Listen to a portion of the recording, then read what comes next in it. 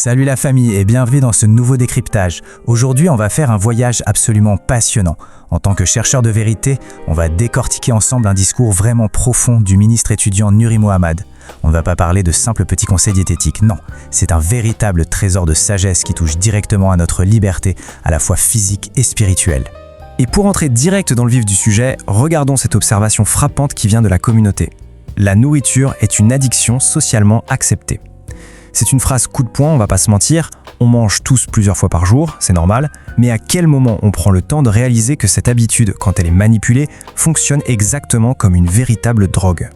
Ce qui nous amène à la première grande idée de cette analyse, l'arme secrète de Satan. Une arme redoutable, littéralement cachée en plein jour, dans nos assiettes. Franchement, posons-nous cette question. Et si on mettait délibérément des produits chimiques dans notre nourriture, juste pour nous garder constamment affamés? Pensez un peu aux petits gâteaux industriels qu'on achète à la boutique du coin, ou aux amuse-gueules ultra transformés qu'on grignote dans nos maquis. On finit le paquet et bam, 1 heure après on a encore faim. Ce n'est pas un hasard, il y a une intentionnalité redoutable derrière cette chimie. En fait, la mécanique de cette addiction est implacable. L'humanité n'a jamais autant mangé de toute son histoire, et pourtant, on reste perpétuellement et artificiellement sur notre faim. Ces produits chimiques stimulent une faim constante, ce qui pompe toute notre force, tant physique que spirituelle. Et le plus fou dans tout ça, c'est que c'est totalement normalisé. C'est vendu dans des emballages super colorés et on accepte ça comme un mode de vie standard.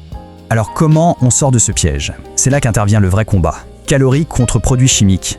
Le contraste est vraiment saisissant quand on compare l'industrie des régimes classiques à l'enseignement du frère Nuri Mohammad. D'un côté, on a cette illusion mathématique qui nous obsède, compter les calories. Et de l'autre, la véritable clé pour reprendre le contrôle, compter les produits chimiques.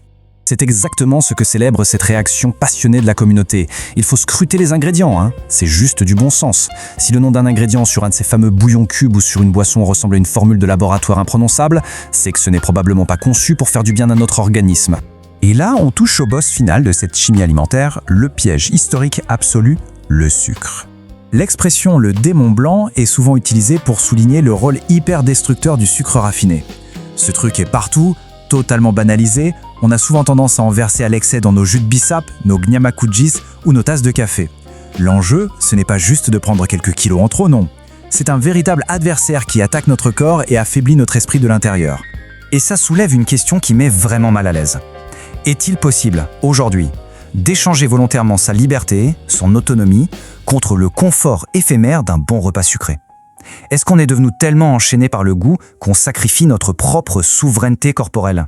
C'est là que le parallèle historique discuté dans le discours devient incroyable. Le désir primal de manger peut tragiquement l'emporter sur l'envie d'être libre. C'est comme les enfants d'Israël qui, face à la difficulté d'être libres dans le désert, regrettaient les marmites de viande de leur époque d'esclavage. Eh bien nous aussi, par simple confort, on est souvent tenté de retourner à l'esclavage de la malbouffe. Cette réflexion nous mène directement à la connexion profonde entre notre chute et cette fameuse addiction. Le point crucial, il est là. Historiquement, nos choix alimentaires ont toujours conduit à notre propre chute.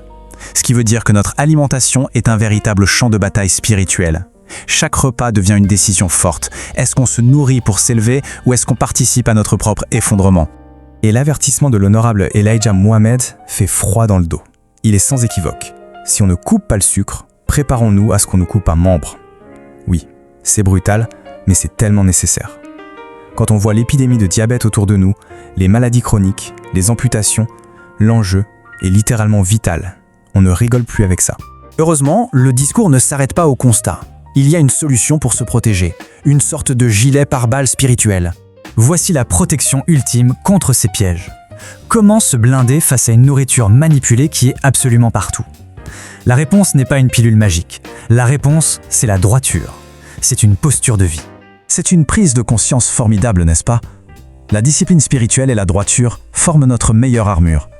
En cultivant cette force intérieure, en alignant nos actions avec ce qui est juste, on trouve enfin la volonté de dire non à ces poisons, même quand ils sont délicieux et acceptés par tout le monde.